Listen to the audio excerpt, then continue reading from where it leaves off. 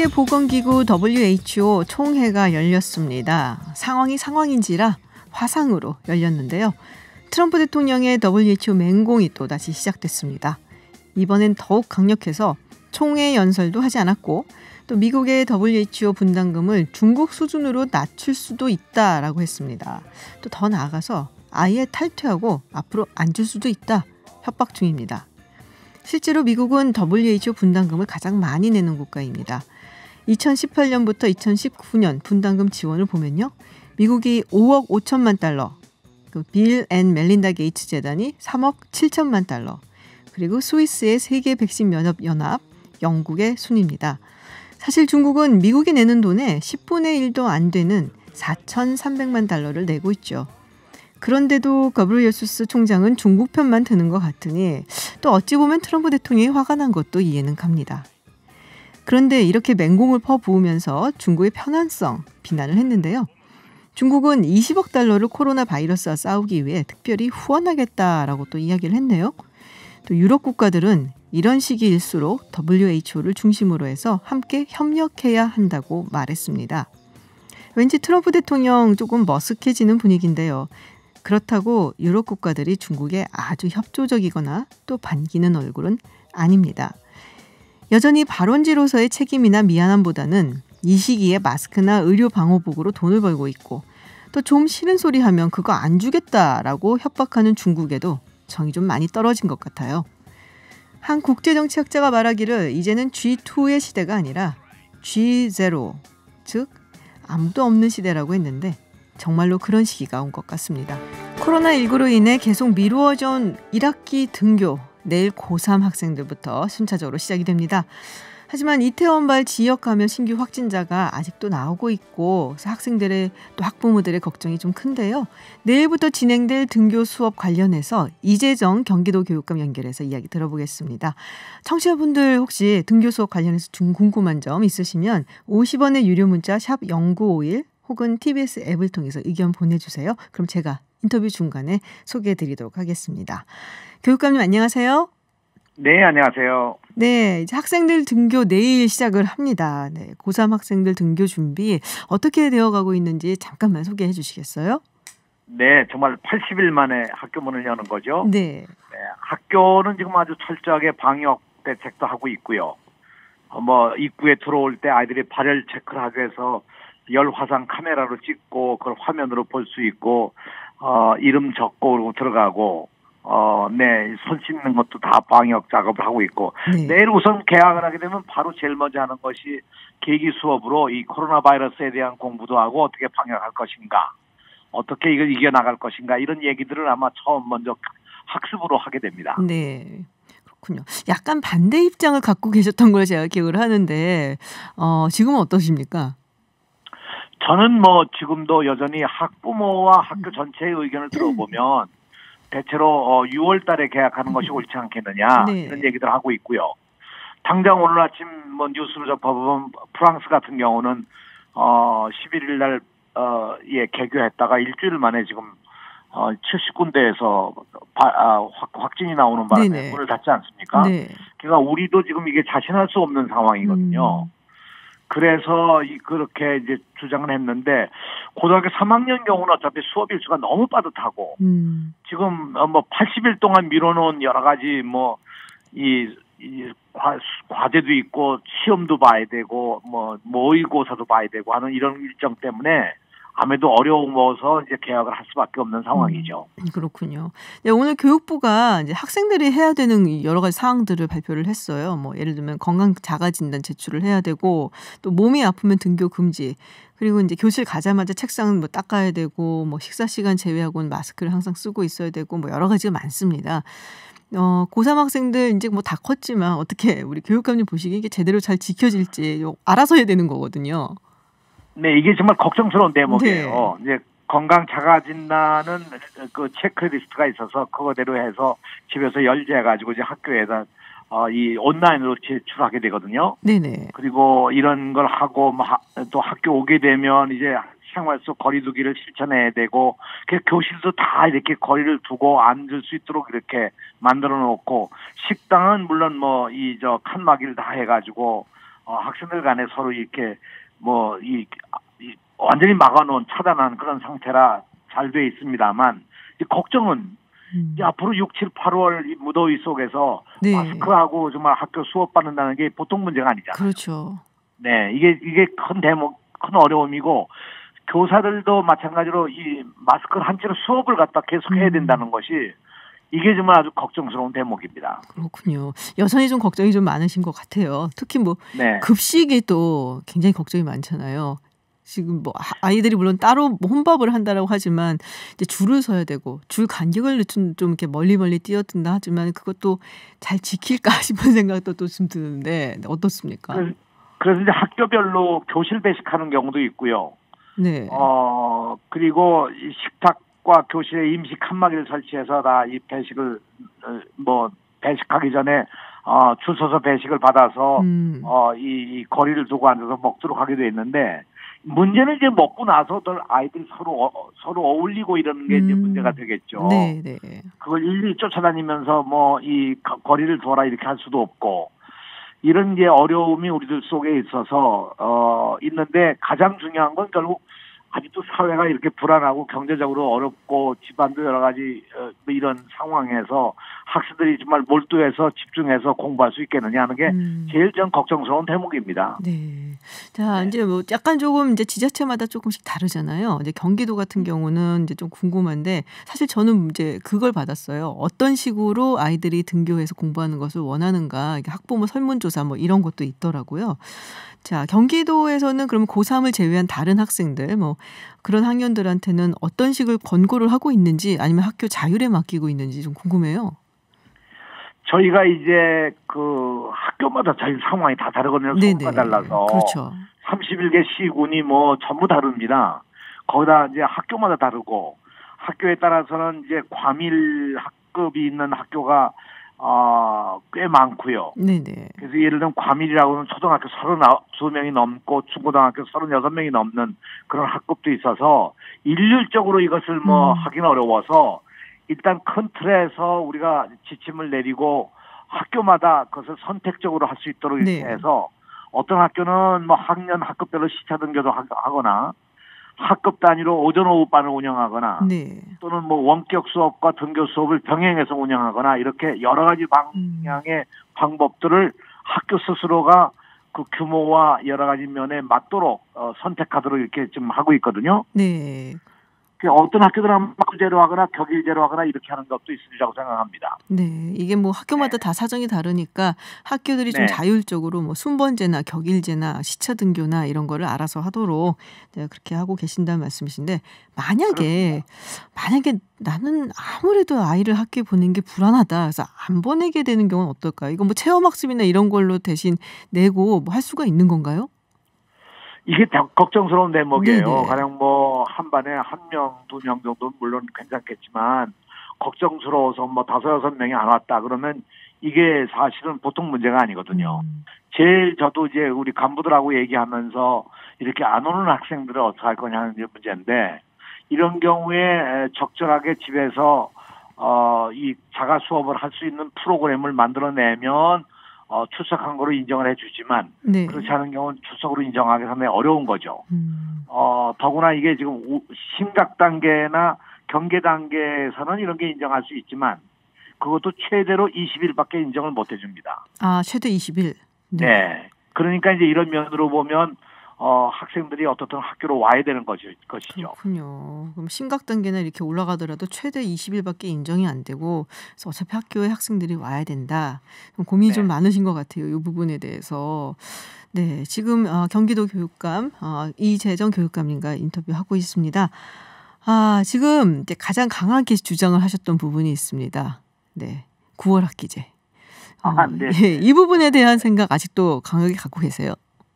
강하게 갖고 있죠. 왜냐하면 지금 1학기 80일 만에 이제 학교를 열어서 수업을 시작하는데 고3의 경우는 이제 수시 전형이 9월 3일부터 시작입니다. 네네. 그러니까 이런 얘기는 곧 뭐냐면 수행평가나 지필고사나 뭐 이런 것들 비롯해서 이제 그 대수능 모의고사 뭐 전국연합고사 이런 것들을 다 보는데 전부 이게 한 10가지 정도가 시험이 되는데 이게 대략 9월 초까지 다 해야 되거든요. 아이고. 그러니까 실제로 학생들은 정말 이 일정이 거의 살인적이고 그러네요. 네.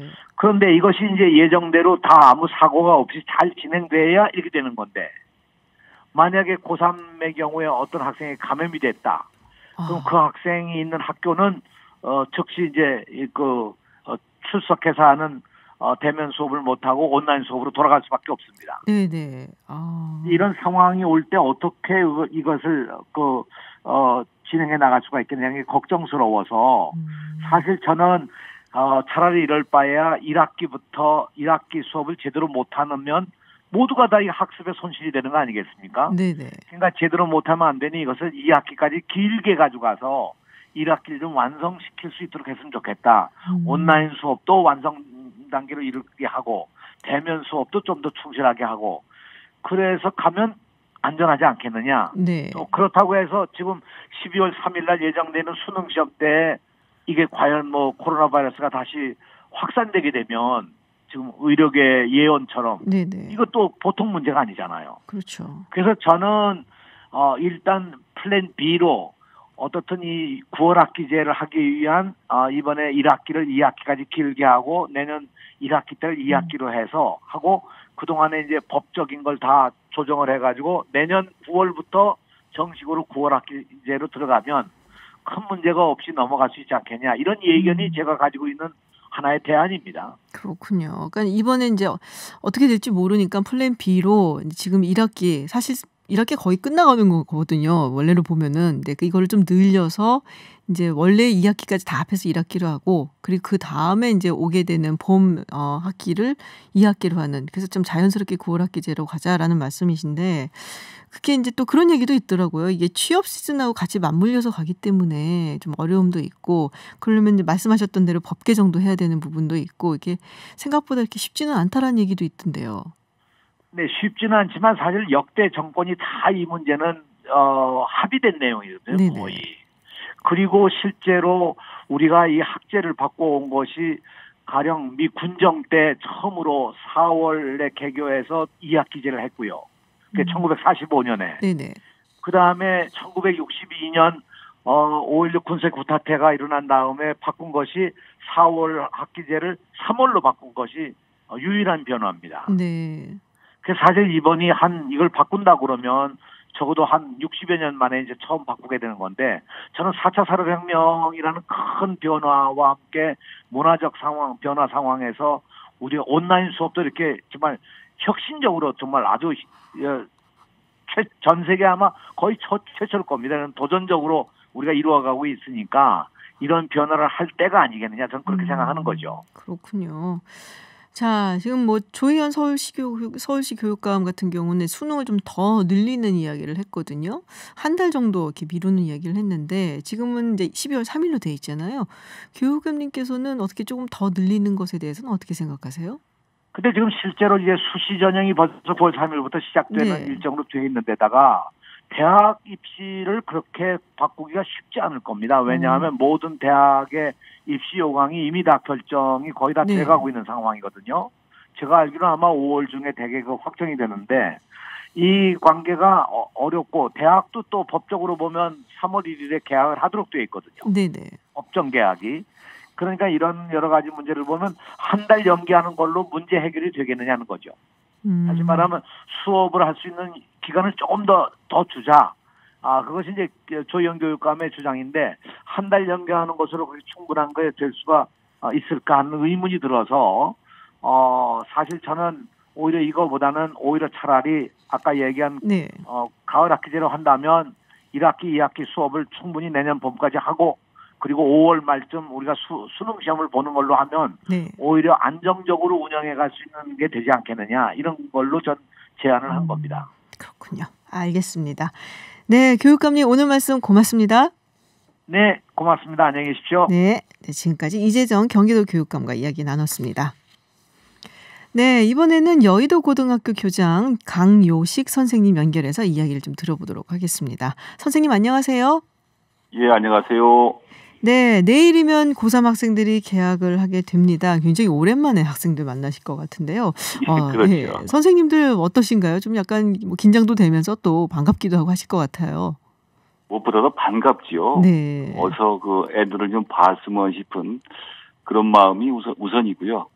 그 다음에 이제 그 안전하게 어떻게 그 이제 수업을 해 나갈 것인가 고민들 좀 많이 하고 계십니다. 네, 그렇군요. 지금 방역 신경 많이 쓰셔야 할 것 같은데요. 방금 전에 뭐 경기도 교육감하고 또 이야기를 나눴습니다마는 학교 차원에서 또 현장에서 많이 준비하실 것 같아요. 학생들 등교하고 그럴 때 이제 어떤 부분에 특히 신경을 쓰시나요? 우선 이제 그 전문 업체에다가 용역을 맡겨서 이제 소독을 이제 자주 주기적으로 하게 되고요. 네. 무엇보다도 이제 흔히 많이 그 얘기 나오는 대로 그 접촉을 이제 최소화해야 되는 거지요. 그래서 이제 기본적인 것, 손을 씻는다, 그 다음에 마스크를 한다, 그 다음에 충분한 거리를 둔다, 뭐 이런 정도의 기본 원칙 하에 네. 학교 그 시스템을 이제 거기에 맞춰서 조실을 뭐 배치한다든가 좌석을 배치한다든가, 그 다음에 마스크를 쓰도록 꾸준하게 우리가 그 계몽을 한다든가 뭐 이런 방법을 이제 강구하고 있습니다. 근데 이게 학생들 책상 거리 간격을 이렇게 넓게 좀 두는데 이게 이제 교실 공간은 사실 한정이 되어 있는 거고요. 또 학생 그렇죠. 수들도 정해져 있고 그러면 뭐 이렇게 넓게 뛴다고 하더라도 이게 글쎄요. 생각만큼 널찍널찍해질 수 있을까라는 생각이 좀 들거든요. 물론 그런 한계는 있습니다. 네. 그래서 이제 그 불효불급한 것들 같은 경우는 밖으로 이제 다 빼놓고요. 그래서 그 교실 안에는 이제 그 책상과 교탁 정도만 약간은 좀 썰렁한 그런 느낌이. 그러니까 최대한 공간을 있습니다만은. 확보해서. 그렇죠. 네. 그리고 이거를 이제 그 좌석 배치를 이제 지그재그로 해가지고 그 이제 사방에 다 최대한 그 거리를 좀 확보를 네. 하게 되고, 그 다음에 이제 선택 과목에 따라서는 30명이 넘을 수가 있습니다, 아이들이. 그러면은 이제 그런 경우는 이제 특별교실, 좀 공간이 넓은 교실로 네. 옮겨서 수업을 하게 되는 거죠. 그렇군요. 그래서 왜 그런 생각을 했었냐면은 이게 널찍널찍 옆으로 뛰어나도 앞뒤가 가까우면 상관이 없지 그렇죠. 않나? 이런 생각이 좀 들었었는데. 그래서 이제 네. 지그재그로 이제 그래서 지그재그로 하신다. 예, 그렇죠. 예. 네. 날이 좀 더워지고 있거든요. 오늘은 그래도 좀 예. 서늘한데 예. 에어컨 선풍기 이거 틀어야 될 텐데 아시잖아요. 그 환풍기가 그렇죠. 돌아가기 때문에 위험할 수 있다. 이거 어떻게 하실 예정이세요? 그래서 일단은 이제 지금 작년까지 또 문제가 됐던 것이 그 미세먼지였지요. 네네. 그래서 그 공기청정기를 설치했는데 공기청정기는 일절 돌리지 않는다, 가동하지 않는다라는 거 하나 원칙을 정해놓았고요. 네네. 그 다음에 문을 닫은 상태에서는 선풍기는 돌리지 않는다 하는 거고요. 그 다음에 이제 에어컨이 이제 문제가 됐죠. 그러니까요. 여러 가지로 이제 그 전기 요금의 문제도 있고 여러 가지 문제가 있습니다만은 그것도 3분의 2 정도까지 닫아놓고 이제 열어놓고서 그 에어컨을 이제 가동한다는 건데, 오히려 저는 그래서 좀 그 전향적으로 오히려 빈 교실에 애들이 이동 수업할 때 그런 때 에어컨을 가동을 하고 하는 그런 방법을 지금 강구하고 있습니다. 이동 수업할 때 에어컨을 가동을 해 놓으면은 그러면은 서늘하죠. 예. 그렇군요. 그러면은 이제 그걸 꺼놓고서는 들어가서 서늘한 상태에서 뭐 끈다고 하더라도 이미 많이 서늘해져 있으니까. 그리고 이제 그 커튼을 좀 잘 활용을 해서 네. 해가 쨍하고 비칠 때 같은 경우는 커튼을 충분히 닫아서 네네. 그러면 많이 열이 차단이 되거든요. 네. 그리고 이제 이중 창을 충분히 활용하는 그런 방안을 지금 선생님들과 공감대를 형성해 나가고 있습니다. 굉장히 많이 고민들을 하신 흔적이 보입니다, 선생님. 지금 얘기를 듣다 보니까요. 네. 예. 급식 시간 이야기를 좀 해볼게요. 이게 빼놓을 수 없는 사실 문제이기 때문에 이제 밥을 먹어야 되니까 마스크를 벗는단 말이에요. 먹어야죠. 네. 그리고 이렇게 뭐 배식 때문에 이렇게 줄 서 있고 할 때 뭐 줄을 좀 널찍널찍 서게 한다고 하더라도 아이들이 또 아이들이잖아요. 아무리 고3이라도. 그리고 이제 밥 먹고 하는 과정에 또 끝나고 나가면서 이게 또 친구들하고 또 어울리고 하면서 할 수도 있는데 어떤 부분들을 지금 준비를 하고 계시는지 지금까지 설명하신 거 들으니까 굉장히 깨알 부분들이 많을 것 같아요. 또 좀 설명 좀 해주세요. 그 애들이 보통 때는 애들이 이제 뭐 서로 먼저 먹겠다고 아침에 이제 시원치 않게 먹고 오니까 막 서로 막 뛰어오르지요. 그래서 이번에는 아예 이제 그 학급별로 이제 두 학급씩 두 줄로 이렇게 쭉 쓰는데 충분히 발에다가 발 위치를 정해주고요. 그래서 거기 서라. 네네. 그래서 해놓고 그 다음에 한 반이 다 들어가면은 그 다음 반을 이제 불러서 확인하고요. 그래서 이제 식당 안에 줄 쓸 때, 그 다음에 또 발열 체크 하는 선생님, 그 다음에 복도에서 계시는 선생님, 이걸 다 지정을 해놓았습니다. 네네. 그래서 충분한 거리가 유지되도록 하고요. 그 다음에 이제 식탁에서도, 지그재그로 그 다음에 그 의자들을 다 이제 빼놓았습니다. 충분하게 1m 이상 정도 확보를 해놓은 상태입니다. 네. 그래서 그렇게 크게 우려하지는 애들이 충분히 이제 입만 다물고 밥만 먹는다면은 네네. 큰 문제는 없지 않을까라는 생각이 들고요. 네. 그다음에 이제 밖에 나가서 이제 운동장에서 애들을 계속해서 교실에만 둘 수는 없는 거고, 네. 운동장에서 뭐 뛴다든가 산보를 한다든가 그런 정도 이런 걸 통해서 충분하게 좀 해소를 할 수 있지 않을까라는 생각을 하고 있습니다. 그렇군요. 밥을 한 반씩 들어가서 먹는다면 시간이 너무 오래 걸리지 않을까라는 생각을 했었는데. 그래서요. 네. 학년별로 지금 뭐 많이 말씀드리셨겠지만은 이제 2개 학년씩만 이제 학교에 있는 거거든요. 3학년은 계속하고 1학년하고 2학년은 번갈아 가면서 오는 거고요. 네네. 그래서 이제 3교시 끝나고 나서 3학년 먹고 그때 이제 4교시에는 1학년하고 2학년은 수업을 하고 있는 겁니다. 네네. 그 다음에 본래의 점심 시간에는 3학년은 이제 수업을 하고 1학년 혹은 2학년은 밥을 이제 먹게 되는 거죠. 그렇군요. 이렇게 학년을 좀 번갈아 가면서. 예. 근데 사실 또 생각해 보면은 저희 예전에 쉬는 시간에 10분 만에 다 먹었던 기억도 사실 있기는 합니다만. 네. 자, 남자애들은 좀 빨리 먹습니다. 예. 그러니까요. 네. 예. 지금 이제 고3 학생들 굉장히 걱정이 많을 것 같아요. 지금 많죠. 네, 수시 일정 잡혀져 있고 또 예정대로 오면은 이제 12월 3일에 또 수능을 치러야 되는데, 자, 학교 선생님들, 고3 학생들 그리고 학부모님들 뭐 뒤숭숭할 것 같습니다. 분위기가 좀 어떤지, 또 이게 또 재수생들한테 너무 유리하게 가는 거 아니냐는 얘기도 또 고3 학부모님들은 하시더라고요. 저는 이제 그런 말씀을 드립니다. 네네. 모든 대학 입시에서 재수생이 불리했던 적은 별로 없다. 교육 과정이 확 바뀌지 않는 한은 한번 경험을 했기 때문에 재수생들이 유리할 수밖에 없습니다. 그렇기 때문에 특별하게, 물론 지금 이제 상황이 특수합니다만은 특별하게 이제 불안해 하실 건 없는 거고, 재학생들이라면 서로 이제 조건이 같으니까, 내 아이만 아니면 우리 학교만 불리하다 혹은 유리하다, 그런 건 없다고 이제 봐지는 거고요. 그래서 좀 여유롭게 좀 생각을 가지면 좋지 않을까라는 생각이 드는데, 다만 걱정이 되는 것은 대학에서도 이제 온라인 수업 많이 하고 하다 보니까 흔히 얘기하는 반수생들, 그게 좀 증가하지 않을까라는 걱정은 좀 들긴 합니다. 예. 그렇군요. 재수생 말고 또 이제 반수생. 네. 그렇죠. 다른 학교를 이제 다시 갈까 하고서는 수험생들이 된 이런 반수생들이 좀 많이 늘지 않을까. 그래서 경쟁이 더 늘지 않겠나라는 부분, 그 부분을 걱정하고 계시군요. 너무 이렇게 걱정하지 마시고, 항상 있는 일이니까. 다만 이것을 우리 고3뿐만 아니라 온 인류가 지금 병마와 싸워야 되는 그런 상황이기 때문에 대승적인 차원에서 접근해야 되지 않을까 생각을 합니다. 알겠습니다. 네, 선생님 말씀 들으니까 좀 고3 어머니들 또 아버님들이 걱정을 좀 더 하실 것도 같아요. 굉장히 정말 많은 부분의 준비를 하신 거를 제가 알 수가 있네요. 네, 선생님 오늘 말씀 고맙습니다. 예, 수고하십시오. 네, 지금까지 강효식 여의도고등학교 교장 선생님과 이야기 나눴습니다. 네, 지금 이 시각 해외 핫한 뉴스 알아보는 서울타임즈 시간입니다. 전주인 캐스터와 함께합니다. 어서 오세요. 네, 안녕하세요. 네, 일본 정부가 매년 발간하는 이제 외교 청서라고 있습니다. 그래서 여기서 한국을 어떻게 표현하느냐를 두고서는 우리가 굉장히 좀 민감하게 반응을 하는데 3년 만에 중요한 이웃나라라고 표현을 했습니다. 다시 연기를 한 거죠. 예, 근데 또 독도가 일본 영토이고 한국이 불법 점거 중이다라는 주장까지 넣었어요. 그렇습니다. 이 외교 청소라는 게 외무성이 자국의 외교 상황, 전망, 국제 정세에 관한 인식을 담아서 매년 발간하는 백서입니다. 근데 이제 19일에 서면 각이 보고한 2020년판 외교 청서가 이제 발표가 된 거예요.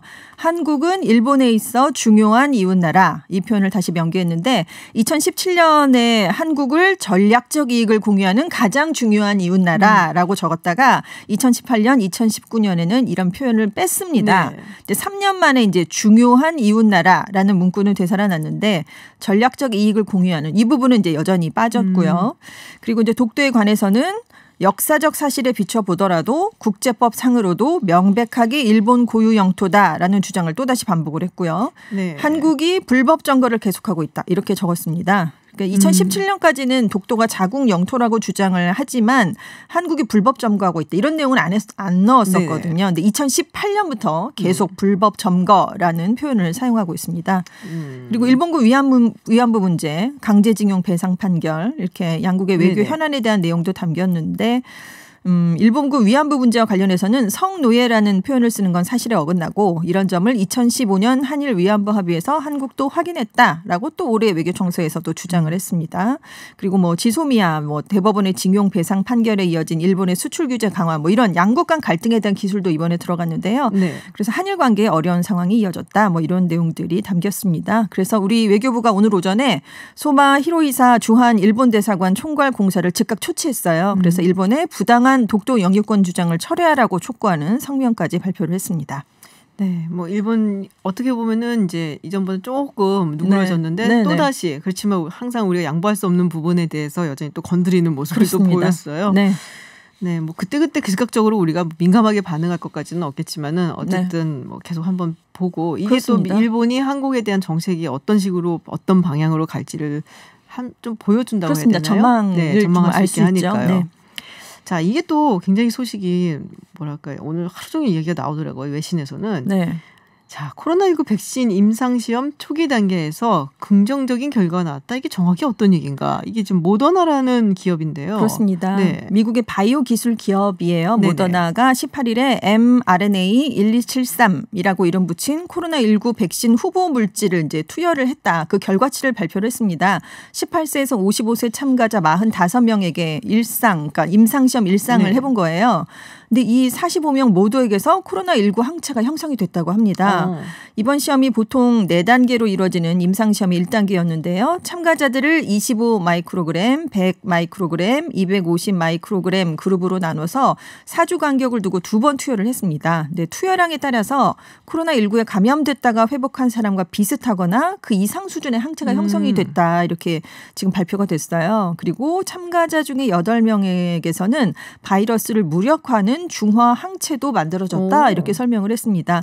그래서 지금 이제 600명이 참가하는 2단계 임상시험을 곧 시작할 수 있을 것 같아요. 네네. 일단 식품의약국의 허가를 이미 받았어요. 이상에 대해서는요. 네. 그리고 이제 3단계 임상시험을 7월에 하는데 그때는 수천 명이 참가한다고 합니다. 그렇군요. 그래서 지금 만약에 개발이 완료될 것에 대비해서 대량 생산 설비도 지금 늘리고 있고요. 지금 대비를 미리미리 하고 있는데 이게 잘 진행이 되면 모더나사의 예측에 따르면 올해 연말 아니면 내년 초에는 백신을 공급할 수 있을 것이다라고 얘기가 나왔고요. 미국 언론은 빠르면 올 가을쯤에 응급용 백신이 준비될 수 있다. 이런 발표까지 나왔습니다. 그래서 모더나의 주식이 이날 굉장히 많이 상승을 했어요.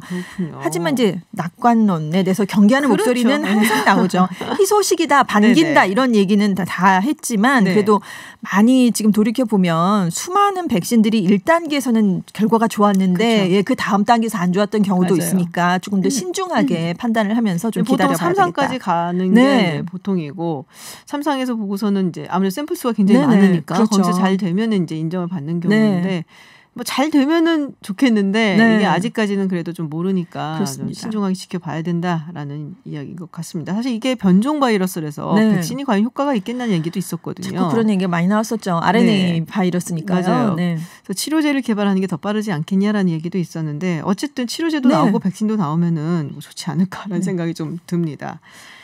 네, 지금 코로나19 우리도 내일 고3 등교를 앞두고 있는데요. 지금 뭐 유럽에서 생각보다 빨리들 다 계약을 했었나 봐요. 몰랐는데 어느새 소리 소문 없이 계약들을 해서 등교를 시작했는데 어떻게 소식이 있습니까? 뭐 어떻대요, 반응이? 지금 유럽 국가들이 최근에 이제 봉쇄를 조금씩 풀기 시작하면서 어린이들의 등교를 재개해 왔어요. 그래서 22개국 중에 17개국이 유치원, 초등학교, 중등학교 최고 학년의 등교를 허용하는 그런 실험을 좀 해왔습니다. 그래서 유럽연합 소속 22개국 교육장관들이 현재까지는 등교 재개와 관련해서 부정적인 소식이 없다라고 얘기를 했어요. 근데 이제 등교를 시작한 지 2주 정도밖에 안 됐으니까 아직 결론을 내리기에는 그래도 이르다라는 이제 주장을 했고요. 지금 뭐 조치가 이제 뭐 14일 이상 좀 지켜봐야 되니까요. 근데 특히나 이 지금 등교를 재개한 학교들을 보면 특별한 조치가 좀 많이 취해졌다고 그래요. 그래서 일반 학급 정원보다 적은 15명 규모로 운영을 해보고 보건당국, 전염병 담당 기관과 긴밀하게 협조해서 이렇게 새로운 상황에 대처하는 방법에 대해서 조언도 하고 있고 좀 이제 특별하게 좀 지켜보고 있는 상황입니다. 근데 이제 왜 이런 얘기를 이제 내놓게 됐냐면 프랑스가 지금 등교를 재개했다가 확진자가 많이 나오고 있거든요. 11일에 봉쇄 조치와 함께 유치원과 초등학교 저학년을 대상으로 순차적 개학을 했는데 지난주에 일부 도시에서 70명이나 되는 확진자들이 나왔습니다. 그래서 일부 학교들이 지금 또다시 폐쇄되는 일이 있었기 때문이에요. 일단 프랑스 교육부는 감염이 대부분 학교 밖에서 일어났다. 그러니까 봉쇄 조치가 해제되기 전에 이미 이제 그러니까 감염된 아이들이 학교에 온 거지 학교에 와서 감염이 된 건 아니다라고 이렇게 얘기를 하면서. 그래도 번지잖아요. 그렇습니다. 간에. 그래서 이제 문제가 되고 있긴 하는데 그래도 지금 학생의 70%가 집에서 또 수업을 따라가고 있다고는 하지만 50만 명이 중퇴 위기에 놓였다라고 하면서 빈곤 가정 아이들의 영향이 이제 많이 크니까요. 네네. 이것도 굉장히 작은 문제가 아니다라고 하면서 이 문제도 해결을 해야 된다라면서 지금 좀 지켜보면서 개교를 하겠다 이런 얘기를 내놨습니다. 그렇군요. 자, 트럼프 대통령 소식입니다. 이걸 뭐라고 얘기를 해야 될까요? 지금 하이드록시 클로로킨이라는 약, 이게 말라리아 치료제인데요. 이거를 이제 일주일 넘게 자기가 먹고 있다라는 얘기를 했어요. 네, 한 열흘 동안 매일 한 알씩 복용하고 있다 이렇게 얘기를 이걸 왜 복용하는 거죠? 그러니까 음성 판정을 계속 받고 있긴 한데 코로나19에 대비를 하기 위해서 먹고 있다. 그래서 지금 백악관의 의료진들도 알고 있다 이렇게 얘기를 했고요. 왜 먹느냐? 이것에 대한 수많은 좋은 얘기를 들었고 나는 많은 사람들이 이 약을 먹을 수 있도록 허용돼야 한다고 생각한다 이렇게 얘기를 한 거예요. 근데 이거 부작용이 꽤 있다고 제가 들었거든요. 그렇습니다. 심장 박동 등의 심각한 부작용을 초래할 수 있으니까 미국 식품의약국이 병원이나 임상시험에서만 사용이 돼야 된다라고 4월 24일에 이렇게 권고를 내린 적이 있거든요. 근데 지금 트럼프 대통령은 긴급한 치료도 아니고 임상시험도 아닌데 매일 혼자서 지금 이 약을 챙겨 먹고 있는 거잖아요. 그리고 트럼프 대통령이 70세가 넘은 고령자입니다. 그러니까 좀 취약할 수 있는 그 연령대인데 보건당국의 경고에도 불구하고 이렇게 자의적으로 복용을 강행하는 건 건강에 좋지 않은 결과를 초래할 수 있다. 뭐 이런 얘기도 나오면서 대통령이 이렇게 먹는다고 하면 미국인들에게 잘못된 신호를 줄 수 있지 않겠느냐 이런 비판까지 함께 이어지고 있습니다. 그러니까요. 그때 뭐였죠? 한번 이제 얘기했다가 뭐 소독약 이런 거 그렇습니다. 먹은 적도 있고 그러니까 대통령이 이렇게 얘기를 하면은 다른 사람들이 그럼 우리도 먹어야지 할 수 있는 경우가 있기 때문에 굉장히 참 대통령의 입이라는 것이 조심스러운데 글쎄요. 클로로킨은 부작용이 많다는 얘기가 벌써 많이 나왔었는데 백악관 의사들이 이거를 허용을 한 것도 상당히 좀 의문스럽고 허용이라기보다 복용 사실을 알고 있다 이렇게 얘기를 하니까요. 이렇게 권고를 한 것 같지는 않습니다. 제 생각에 그냥 먹고 있는데 복용을 하고 있구나 대통령이. 일방적인 통보. 약간 그런 있다. 게 아닌가 그런 생각이 듭니다. 그렇군요. 알겠습니다. 네, 해외 뉴스 오늘 여기까지 듣도록 하겠습니다. 지금까지 전준 외신캐스터였습니다. 고맙습니다. 감사합니다. 20년을 외롭고 고된 길을 걸어왔지만 정의당은 또다시 시작하겠습니다. 무엇보다 모든 것을 바쳐 고단한 정의당의 길을 함께 개척해온 우리 자랑스러운 후보들 더 많이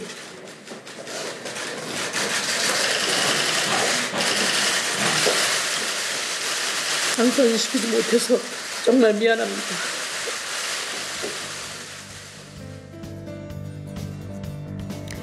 지난 총선 끝난 이후 심상정 정의당 대표가 눈물의 기자회견을 가졌습니다. 지역구 한석, 비례대표 5석. 정의당으로서는 굉장히 아쉬운 성적표인데요. 유권자들에게는 왜 정의당이어야 하는가에 대한 질문에 대해서 확실한 답변을 주지 못했기 때문이다라는 평가도 나오고 있습니다. 네, 그래서 이번 시간에는요. 정의당을 비롯한 진보 정당들이 안고 있는 과제가 무엇인지 또 앞으로 어떻게 나아가야 할지 한번 짚어보도록 하겠습니다.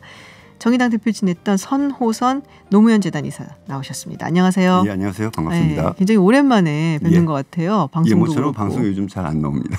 그러시군요. 무슨 특별한 이유가 있으신 거예요? 아니요. 특히 정치적 발언을 할 이유가 별로 없고 정의당에도 평당원으로 있고 지금은 이제 노무현 재단에서 시민학교장 맡고 있고 시민교육에 더 집중하고 있기 때문에. 그러시군요. 그러면 다시 이제 정계로 복귀하시고 이런 생각은 그래도 제가 은퇴했다는 표현도 어울리지 않지만 복귀할 일은 없을 것 같습니다. 아 정말로요? 예. 아 그러시군요.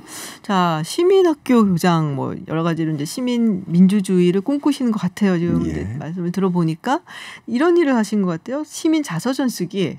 이게 뭔가요? 이거는 제가 이제 노무현 재단 일을 맡고 있는 것 말고 은빛 기획이라는 협동조합 사회적 기업의 이사장을 맡고 있습니다. 이제 거기서 하는 역할은 뭐냐면 시민들이 글쓰기를 통해서 자신의 삶의 가치를 발견하고 또 자신의 삶을 정리하거나 그냥 사회적 자산으로 만드는 일을 합니다. 은빛이라는 이름에서 나오지만 특히 어르신들을 대상으로 스스로 그 자서전 쓰기 좀 하시고요. 때로는 저희는 또 이제 청년들을 모아서 지방자치단체랑 협력을 해서 청년들이 어르신의 자서전을 대신 써드리게 하는 그래서 세대 간의 공감폭을 넓혀가는 일도 하고요. 조문보라고 들어보셨는지 모르겠지만 돌아가신 분들의 삶을 장례식장에서 짧게 약전, 짧은 전기를 정리해서 드리는 사업 같은 것들 하고 있습니다. 예. 그렇군요. 왜 하시게 되신 거예요? 궁금하네요, 갑자기. 네. 예, 뭐 특히 이제 과거에 이제 어르신들 노인 복지라는 것이 뭐 취미 생활 이런 걸 많이 하는 거라면 제일 중요한 건 그분들이 살아온 삶의 가치가 굉장히 중요하고 그것을 정리하시는 게 최고의 복지다라는 생각이 하나 있는 거고요.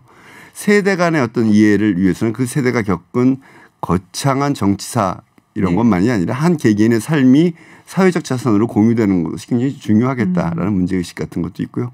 이제 죽음을 이제 앞두고 있다면 상대적으로 죽음에 대한 어떤 사회적 준비 한 개인이 고독하게 맞는 죽음이 아니라 죽음이라는 게 길게 호흡을 갖고 항상 이제 연세가 어느 정도 되면 준비해 나가는 과정으로서 죽음을 맞는 것 그것을 사회가 함께 해주는 것이 중요하겠다. 뭐 그런 생각을 갖고 시작한 일입니다. 제가 예전에도 방송에서 한번 그런 비슷한 말을 했는데 우리가 삶에 대한 준비라든지 또 살아가는 것에 대해서는 대비를 굉장히 많이 하는데 정말 올 수밖에 없는 거잖아요. 죽음은 그 누구한테도. 근데 이 죽음에 대한 준비는 안 하잖아요. 예, 그렇습니다. 네. 뭐 아마 의식적으로 피하는 것일 수도 있고 아니면은 미처 그 생각을 못한 것일 수도 있는데 지금 말씀을 들으니까 죽음에 대한 준비 이게 이제 우울하고 이런 게 아니라 어떻게 정리를 해가는 과정으로서 상당히 좀 필요하겠다는 생각이 더 나아가서 드네요. 사회적 준비가 저희는 중요하다고 생각합니다. 그 죽음을 준비. 한 개인이 고독하게 맞이할 가능성이 굉장히 크지 않습니까? 그걸 뛰어넘어서 사회가 그럴 수 있는 기회와 여건 그리고 그 삶의 가치를 혼자서 묻고 가는 게 아니라 사회적 자산으로 만드는 것. 그래서 저희 정의당 강령에는 제가 당대표일 때 주도적으로 해서 아마 당 최초 어느 정도도 없을 텐데 죽음에 대한 사회적 준비를 하는 것을 저희 당의 강령에 포함시켜 놓기도 했습니다. 그 누구도 혼자 외로이 가게는 놔두지 마라. 뭐 이런 뜻이신 것 같아요. 자, 시민사회를 지금 굉장히 좀 열매가 있게 만들려고 노력을 하시는 것 같아요. 지금 말씀을 들어보니까 사실은 우리가 아직도 부족한 부분이 이제 풀뿌리 민주주의라고 이야기를 많이 하잖아요. 그리고 보통 이제 우리가 선진국이고 아주 민주적으로 잘 굴러가는 국가들 생각하고 또 정의당에서 지향하는 국가 모델이다 한다면은 이제 스칸디나비아 쪽의 국가들 얘기를 많이 하실 것 같은데, 되게 그렇게 공감하고 있죠. 근데 그런 국가들은 사실 이제 국가가 많이 개입해서 하는 것보다 시민들이 조직을 해서 시민 사회를 만들어 나가는 게 사실은 굉장히 중요한 요체거든요. 그래서 그런 부분에 이제 신경을 좀 쓰시는 게 아닌가 싶어요. 뭐 그런 것의 일환이라고 생각해 주시면 고맙겠습니다. 그렇군요. 자, 그러면 좀 아픈 이야기를 이제부터 좀 해보도록 할게요. 각오하고 나왔습니다. 지금 이제 총선 결과 아쉬우시죠? 정의당 입장에서는 아쉬운 결과다. 물론입니다. 뭐 제 개인뿐만 아니라 정의당 차원에서는 기대했던 것, 그러니까 사실 정의당으로서는 도약을 꿈꾸었던 시기인데 의석수는 그대로이지만 오히려 사회적인 정치적 영향은 약화된 것이라는 평가를 피할 수 없을 것 같다는 생각입니다. 그렇군요. 근데 선거제도가 바뀌면서 이게 가장 정의당한테 유리하게 작용을 할 것이다라고들 처음에는 그렇게 생각을 했었어요. 사실은 이제 선거제도를 바꾸려고 시도를 했을 때 그렇게 생각을 했는데 이게 많이 좀 물러났잖아요. 정의당 측에서 또 민주당 측의 의견을 받아들여서 그러면서 이거 가지고는 원래 바랐던 것보다는 못 얻겠다라는 생각을 했지만 같은 의석수를 얻을 거라고는 사실은 생각을 못했거든요. 저도. 자, 이런 얘기들을 합니다. 정의당엔 정의가 없다. 물론 이제 다른 정당 얘기도 해요. 아시겠지만 민주당엔 민주가 없고 뭐 예전 자유한국당엔 자유가 없고 뭔데 이 말에 대해서는 어떻게 생각하세요? 뭐 그 부분에 대해서는 이제 공감 가는 부분도 있고 아닌 것도 있는데 아마도 뭐 선거 결과와 관련돼서는 이제 비례대표 후보자들이 정의당이 주장해온 이름에도 들어있는 정의란 기준에 맞느냐 부족하지 않느냐라는 것들이 아마 그 이야기의 출발이었던 것 같아요. 예. 뭐 좀 더 가자면은 조국 전 장관 사태 때 그 당시에 이제 정의당의 태도가 우리가 봐왔던 정의당이 아니다라는 얘기도 있었습니다.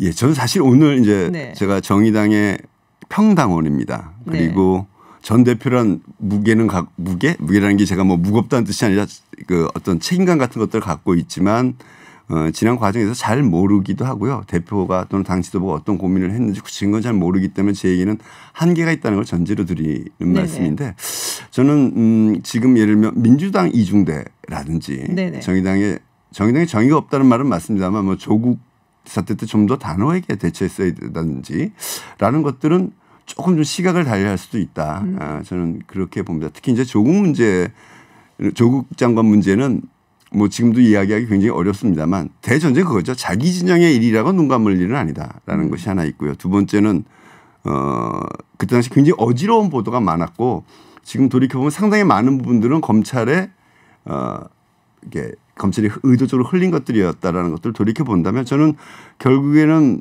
정의당의 관점에서는 당시 조국 장관이 어떤 기준에 좀 맞지 않는다, 부족하다고 생각할 수 있었을지 모르지만 결과적으로는 임명 찬성을 했거든요. 근데 그것은 조국 수호와는 좀 다른 문제였다고 봅니다. 그래서 저는 임명 찬성을 하는 것이 그때로서는 정의당으로서는 현실적인 선택이었다. 저는 거꾸로 그렇게 봅니다. 그 말씀은 뭐 어떤 뭐 흠결이 있는지 이런 부분 차치하고 일단은 뭐 많이 얘기를 하시는 검찰 개혁 이런 부분을 말씀하시는 그렇죠. 건가요? 문제 이 가장 이 중요한 동기는 하나하나의 사실에 보면은 합리적 의심과 의문들도 없지 않았지만 전체적인 것은 검찰의 개혁 저항 이것과 기득권 세력의 어떤 연합해서 하는 측면들이 있었다는 것을 또한 정치적으로 보긴 해야 됩니다. 저는 뭐 정의당이 좀 더 조국 수호의 입장에 섰어야 됐다 이런 생각에는 반대하지만 임명을 정의당의 후보가 아니라 민주당의 후보라면 정의당 내부의 기준과 달리 정치적으로 그때는 임명에 찬성하는 것들이 현실적인 선택 아니었는가 이렇게 보고요. 그리고 오히려 이 배경에 있는 검찰의 개혁 저항에 대해서는 더 단호하게 비판했었어야 된다라고 보는데 전체적으로 좀 흔들리고 왔다 갔다 한 것 같고요. 그런 문제는 사실은 부메랑에 대해서 돌아오죠. 저희 아까 비례 후보를 놓고 얼마나 정의로운 기준에 맞느냐라는 논란이 저희 내부에 돌아오는 문제라고 보기 때문에 저는 조금은 그런 시각을 달리합니다. 그렇군요. 그럼 비례대표 후보들 이야기를 좀 나눠보겠습니다. 다양성에 굉장히 치중했다는 느낌을 확실히 받아요. 그리고 소수자들 그리고 좀 취약계층 이런 분들을 상징적으로 뭐 나타내줄 수 있는 이런 분들을 포진을 했다라고 보여지긴 하는데 사실 그게 다는 아니지 않습니까? 뭐 정치력도 필요한 것이고 그리고 어떤 면에서 봐서는 이해할 수 없는데라는 부분도 있습니다. 내가 뭐 제가 이제 지금 뽑히신 분들에 대해서 폄하를 하는 것이 아니라 꼭 이런 기준을 썼어야 됐을까? 이런 걸 꼭 그냥 모른 척 넘어갔어야 됐을까? 무슨 이야기인지는 다 아실 것 같은데요. 두 가지 큰 그 얘기를 제가 하기도 굉장히 조심스러운데 그렇다고 제가 여기 나와서 국민들께서 들으시는데 이렇게 슬슬 회피해갈 수는 없다는 이런 고민이 있는데 첫 번째 이야기, 그러니까 정의당은 사회적 약자 내지는 소수자를 대변하는 걸 중요한 가치로 여깁니다. 근데 사회적 약자의 입장이든 소수자의 입장이든 소수자의 입장에서 머무르는 것이 아니라 그것이 국민 다수의 공감 그리고 궁극적으로 다수의 이익으로 연결되기 위한 노력들이 필요하다는 생각이 듭니다. 그래서 정의당의 뭐 비례대표 후보들이 그렇게 결정된 것들은 저는 의미 있다고 보는데 자칫 자기 소수자의 입장을 대변하는 데만 의정활동에 집중한다. 이런 것에 머물러서는 안 된다는 것이 하나의 경계가 될 거고요. 두 번째 이제 청년 비례 후보에 대한 논란들이 많았는데요. 저희는 그렇습니다. 청년들이 직접 정치를 할 수 있게 기회를 주어야 한다는 게 정의당의 큰 하나의 방향성. 제가 대표일 때부터 계속 추진해왔고 점점 좀 강화되었고 그래서 이게 청년 비례대표를 저희가 누구를 임의로 심상정 대표가 찍은 게 아니고요. 청년들끼리 경쟁을 해서 우선순위자는 당선 가능성에 집어넣는 그런 구조를 갖고 있었습니다. 그래서 그 방향은 물론 청년들이 직접 정치를 해야만 무조건 좋은 거다라고 볼 수는 없지만 거꾸로 청년들이 아직 젊기 때문에 부족하기 때문에 경륜이 부족해서 직접 정치를 하면 안 된다라고 볼 수는 없을 것 같아요. 그런데 청년들 중에서도 굉장히 뭐 정당 활동을 오랫동안 했다든지 처음부터 굉장히 관심을 가졌다든지 이런 청년들도 있거든요. 그런데 뭐 여성이기 때문에 뭐 젊기 때문에 단순히 그런 상징성만 갖고 또 후보를 선택한 건 아닐까라는 이제 눈길들도 좀 있어요. 뭔가 좀 보여줄 수 있는 것이 무엇이냐. 좋은 말씀입니다. 정당의 기본 기능은 그 정당이 지향하는 가치에 부응하는 공직 후보를 내세우는 거 아니에요? 그 공직 후보를 정당 내의 검증과 훈련 과정을 통해서 해야 됩니다. 그래서 뭐 예를 들면 기호 1번의 유호정 후보 같은 경우는 한 3년 동안 정당 생활을 한 사람입니다. 그러나 이제 과연 그 과정 전체에서 얼마나 훈련되고 검증되었느냐, 그다음에 특히 후보로 나갔을 때 혹시 흠결이 되는 것들을 얼마나 잘 걸러낼 수 있었느냐라는 것들은 우리가 아직 부족한 점이고요. 다만 소위 대리게임이라는 것이 논란이 되고, 물론 이것은 그렇게 소홀한 일은 아니고 젊은 사람들의 관점에서 때로는 이게 게임 실력이 스펙이 되기도 하는 세상에서 그렇죠. 이거는 저는 분명히 잘못한 일이었다고 생각을 합니다만 그것이 이제 사퇴할 그것 때문에 저희 표도 많이 까먹었다고 저희 생각을 합니다. 저는. 근데 꼭 사퇴할 만한 정도의 수준이니까 좀 지켜봐 주셨으면 좋겠다. 가장 젊은 국회의원들이 흠결이 좀 있었지만 아직 지켜보실 만하지 않느냐. 격려해 주셨으면 좋겠다. 감히 그런 부탁을 드려야 될 것 같습니다. 네, 앞으로 뭐 의정 활동을 어떻게 하는지 지금 정의당의 비례대표 의원들이 뭐 그런 모습을 좀 지켜보고 또 봐도 늦지 않겠다라는 말씀이시고요. 자, 이제 선거제 개혁으로 아까도 잠시 말씀을 드렸습니다만 가장 이득을 볼 거라고 생각을 했단 말이에요. 근데 별로 그렇지가 않습니다. 당시 지도부가 어떻게 보면은 조금 밀리는 것도 있었고요. 네, 제도 개혁을 할 때 그리고 이제 두 거대 정당이 이제 비례 위성 정당들을 내놓지 않았습니까? 당시 지도부가 뭘 할 수 있는 상황이었을까요? 뭐 다른 것을 뭘 했었어야 될까요? 선거 끝나고서 심상정 대표 잠깐 뵀는데 여러 가지 복잡한 사정을 이야기하시더라고요. 근데 저는 이제 제가 아까도 말씀드렸지만 지금 정의당은 앞으로 자기 성찰을 깊게 해나가는 기간이 이제 시작된 것이고요. 어떤 견해를 특정할 수는 없습니다만 특정이 정해져 있는 건 아무것도 없습니다만 저는 조금 이제 기존의 정의당은 어떻든 비례연합정당에 참여하지 않기로 결정을 했고 그 심상정 대표 개인의 생각이라기보단 당의 지도적 인사를 다수의 생각. 뭐 거의 절대 다수라고 할 수 있는 사람들의 생각이었습니다. 그런데 당원들은 상당히 불만을 가진 당원들이 많았어요. 제가 숫자를 말씀드리긴 뭐 정확하지 않아서 함부로 말씀드릴 수는 없지만 많은 수천 명의 당원들이 탈당을 3월 달에 했습니다. 이제 그런 과정에서 저는 비례연합정당에서 원칙을 지킵니다라고 하면서 참여하지 않았는데 조금 다른 생각을 해볼 수 있었지 않았을까를 생각을 합니다. 그러니까 비례연합 이 선거제도는 양측면을 다 갖고 있어요. 하나는 더 좋은 선거제도라는 게 있죠. 국민의 뜻에 비례해서 다양하게 국회가 구성되는 것도 있지만 또 한편으로 그래서 이제 연동형 비례대표제가 가능하면 실현되는 게 좋지만 또 한편 경기의 규칙이라는 측면이 있는 겁니다. 사실은 미래통합당은 이 선거제도에 동의하지 않았고 일관되게 동의하지 않았습니다. 그리고 제1야당을 배제하고 선거 규칙이 결정된 건 대한민국에서 처음입니다. 그렇죠. 그래서 저는 그것이 꼼수였던 건 맞지만 그것은 모든 책임을 돌릴 일은 아니다. 그리고 이제 비례연합정당을 정치개혁연합에서 제기했지 않습니까? 이제 위성정당이 아닌 저는 비록 그걸 받았을 때 민주당 속에 휘둘리는 게 있었을 거고 또 민주당이 과연 정의당을 얼마나 끝까지 존중했을까라는 논란의 여지는 있지만 비례연합정당을 받는 것이 중요했다. 뭐냐 하면 선거제도의 현재의 원칙을 지키는 것이 중요한 게 아니라 그 선거제도를 통해서 하려고 했던 근본적인 취지, 정당 구성이 다양하게 될 수 있는 것들을 향해서 움직일 수 그런 선택을 할 수 있었지 않았을까라는 생각을 해보는 거죠. 그러니까 어떤 당원이 그런 표현을 쓰는데요. 어떻든 선관위가 미래한국당을 승인했지 않습니까? 그러니까 얼마 전까지 규칙이 권투였는데 지금부터 격투기다라고 얘기를 한 거예요. 그런데 정의당은 우리는 계속 권투 두 손만 가지고 싸우겠다고 한 것 아니냐. 그런 면에서 진짜 원칙은 최고의 원칙은 그러니까 비례제, 연동형 비례제의 취지를 최대한 살려내는 것에 초점을 두는 결정을 할 수 있었지 않았을까라는 질문을 저는 가지고 있습니다. 근데 또 정의당의 많은 애정을 보고 오랫동안 봤던 분들께서는 그게 정의당의 갈 길인가? 그러니까 그 있잖아요. 목적이 있고 가는 길이 있으면은 목적이 정당하다고 그걸 가는 길을 다른 길로 가고 정당하지 않은 길로 가는 것이 정의당이었나? 그런 의문도 가질 수 있을 것 같아요. 뭐 그런 생각하는데 저는 그건 하위의 원칙이라고 보는 겁니다. 그러니까 뭐 정당 방위까지라고 할 수는 없어도 국민의 뜻을 최대한 국회에 반영하기 위한 고육지책의 선택은 있을 수 있었다. 그래서 좀 더 나가면 뭐가 문제냐면요. 이제 원칙을 지킨다는 것을 선거의 탑 슬로건으로 했어요. 원칙을 지킵니다. 네. 당신을 지킵니다. 그런데 선거제도의 원칙을 지키는 것이 정의당을 뽑아줘야 될 가장 큰 이유가 됐을까? 저는 오히려 코로나 전국에 대한 대응, 코로나 사태에 대한 대응과 그 이후의 세계에 대한 정책적 비전을 안 내세운 것은 아니지만 보다 집중적으로 전면에 내서서 그것으로 선택받았다면 더 많은 선택을 받을 수 있었지 않았을까? 그렇게 생각합니다. 제 페이스북 친구들에도 네. 정의당 사람들이 많은데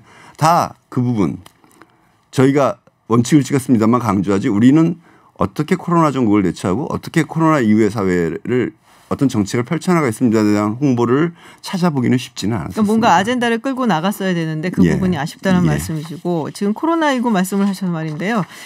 기본소득하면 사실 정의당이거든요. 근데 지금 이제 재난기본소득 정부에서 나눠주고 있고 그래서 왠지 좀 아젠다 뺏긴 느낌이 들지는 않으신지 궁금해요.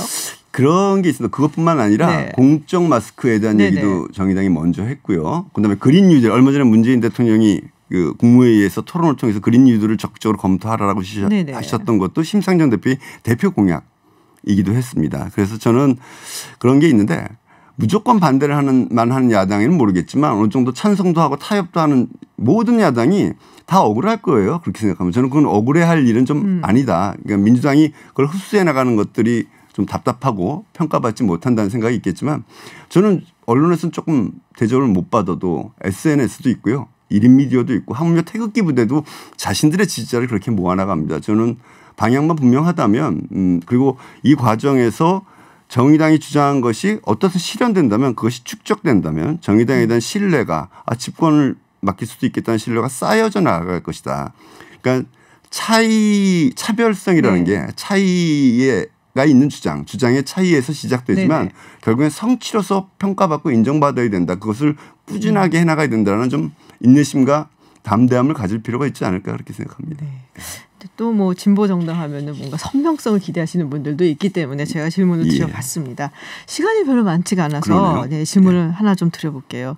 제가 이렇게 요새 좀 느끼는 거는 진보가 특히 이제 정의당을 비롯한 진보가 조금 나이를 많이 먹었다라는 느낌을 많이 받습니다. 젊은 진보가 그렇게 많이 보이지 않아요. 어떻게 생각하세요? 좀 고민스럽진 않으신지. 그 이야기는 뭐 사회적으로 많이 토론이 되어 왔습니다만 이번에 이제 그 게임 문제를 둘러싼 논란도 그렇고요. 젊은 세대가 생각하는 공정 문제에 대해서 진보 정치의 앞 세대들이 감수성이 예민하지 못했다. 저는 그런 것들을 수용해서 정책들을 새롭게 만들어야 되고 가치도 새롭게 정비해야 된다 이런 생각을 갖고 있습니다. 앞으로 정의당이 가야 할 길 짧게 한마디 해주시면. 하여튼 뭐 지금 코로나 이후로 세상이 많이 변할 거고요. 거기에선 진보의 가치가 더 부각될 수 있는 측면들, 관심을 받을 수 있는 측면들이 있습니다. 그러나 어떤 과감하게 변화하지 않으면 어떤 정치 세력은 몰락할 가능성이 크다. 시대에 맞는 변화가 필요하고요. 지금 이제 혁신위를 띄고 100일 동안 그러니까 관성적인 평가가 아닌 진짜 자기 성찰적인 평가. 지금까지 해오던 것과는 다른 그런 변화를 찾아내면 희망이 있을 것이고 그렇지 않으면 정의당도 냉혹한 심판을 다시 한 번 더 받을 수도 있다. 이런 각오로 임해야 한다. 그렇게 생각합니다. 알겠습니다. 진보의 갈 길에 대해서 좀 짧은 시간이나마 저희가 이야기를 좀 나눠봤습니다. 지금까지 천호선 노무현 재단 이사와 함께했습니다. 오늘 말씀 고맙습니다. 감사합니다.